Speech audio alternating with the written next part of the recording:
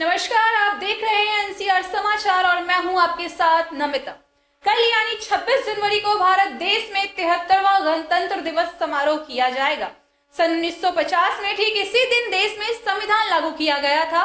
26 जनवरी के इस खास दिन पर भारत की राजधानी दिल्ली में इंडिया गेट से लेकर राष्ट्रपति भवन तक परेड की जाती है। इस परेड में तीनों सेनाओं संग विभिन्न संस्कृतियों की झांकियां भी शामिल होती है। इस परेड की प्रशंसा केवल भारत में ही नहीं बल्कि पूरे विश्व में की जाती है। इस वर्ष के समारोह की बात करें तो हर बार की तरह सुबह के 10 बजे से शुरू ना होकर इस बार का कार्यक्रम 10:30 बजे से शुरू किया जाएगा। 30 मिनट की देरी के पीछे एक बड़ी वजह है। वह वजह है कोविड-19। जी हाँ, कोविड-19 की वजह से ही 26 जनवरी का ये खास कार्यक्रम 30 मिनट की देरी से शुरू होगा। बीते वर्ष की तरह इस वर्ष भी कोई मुख्य अतिथि इस समारोह में शामिल नहीं होगा। इन सब के पीछे महज एक ही बड़ी वजह है और वो है कोरोना महामारी।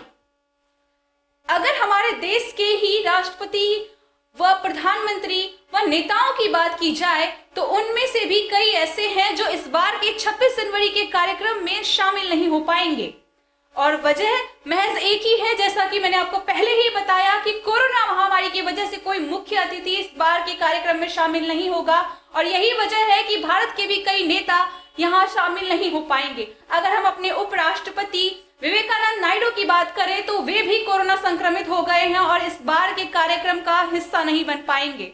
इतना ही नहीं, दूसरी ओर अगर हम कांग्रेस नेताओं की बात करें तो अक्सर ही उन्हें बड़ी बड़ी बातें करते हुए देखा गया है जिनमें से सच कुछ भी नहीं है। जनता का ध्यान अपनी ओर केंद्रित करने के लिए वे अक्सर ही बड़ी बड़ी दलीलें देते हुए नजर आए और शायद यही वजह है कि कांग्रेस की सत्ता पूरी तरह से खत्म हो चुकी है। ऐसे में अगर कांग्रेस के वरिष्ठ नेता या खुद राहुल गांधी, सोनिया गांधी, प्रियंका गांधी वाड्रा 26 जनवरी के खास कार्यक्रम में शामिल होती हैं तो देखना ये बनता है कि ऐसे मौके पर उन्हें कितना सम्मान दिया जाता है। देश में मोदी तो यूपी में योगी, यह तो आपने कई बार सुना होगा। 5 राज्यों में विधानसभा चुनाव भी होने वाले हैं। 2022 का चुनाव सर पर है। ऐसे में सभी पार्टियों की तैयारियां जोरों शोरों से चल रही है।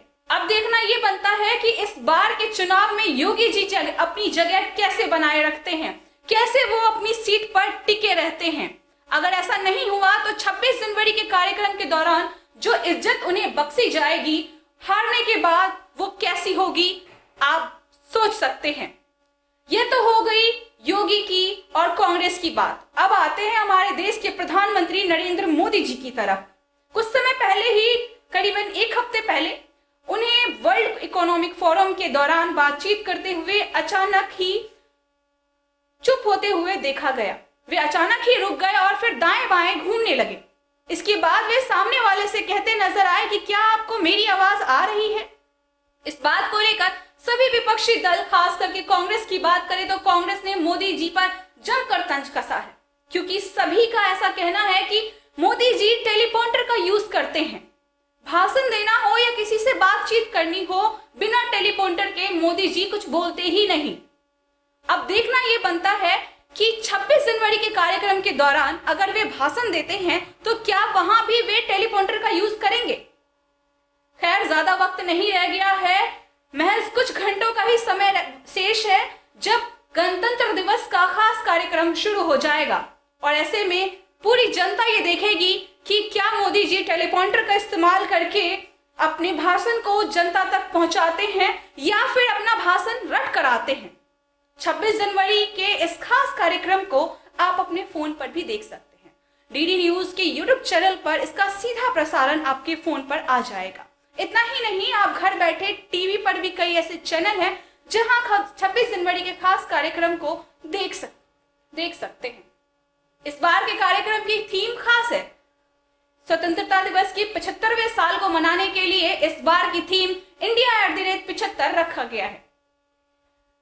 टिकट काउंटर पर आपको वैक्सीनेशन सर्टिफिकेट दिखाना बेहद आवश्यक होगा। बिना वैक्सीनेशन सर्टिफिकेट के आपको टिकट नहीं दिया जाएगा। इतना ही नहीं, आप किसी भी तरह के सरकारी पहचान पत्र को दिखाकर इस टिकट को खरीद सकते हैं। रक्षा मंत्रालय की ओर से दी गई जानकारी के मुताबिक समारोह के टिकट की कीमत महज 20 रुपए से 500 रुपए तक की रखी गई है। ऐसी ही तमाम जानकारियों के लिए बने रहें हमारे साथ और देखते रहें एनसीआर समाचार।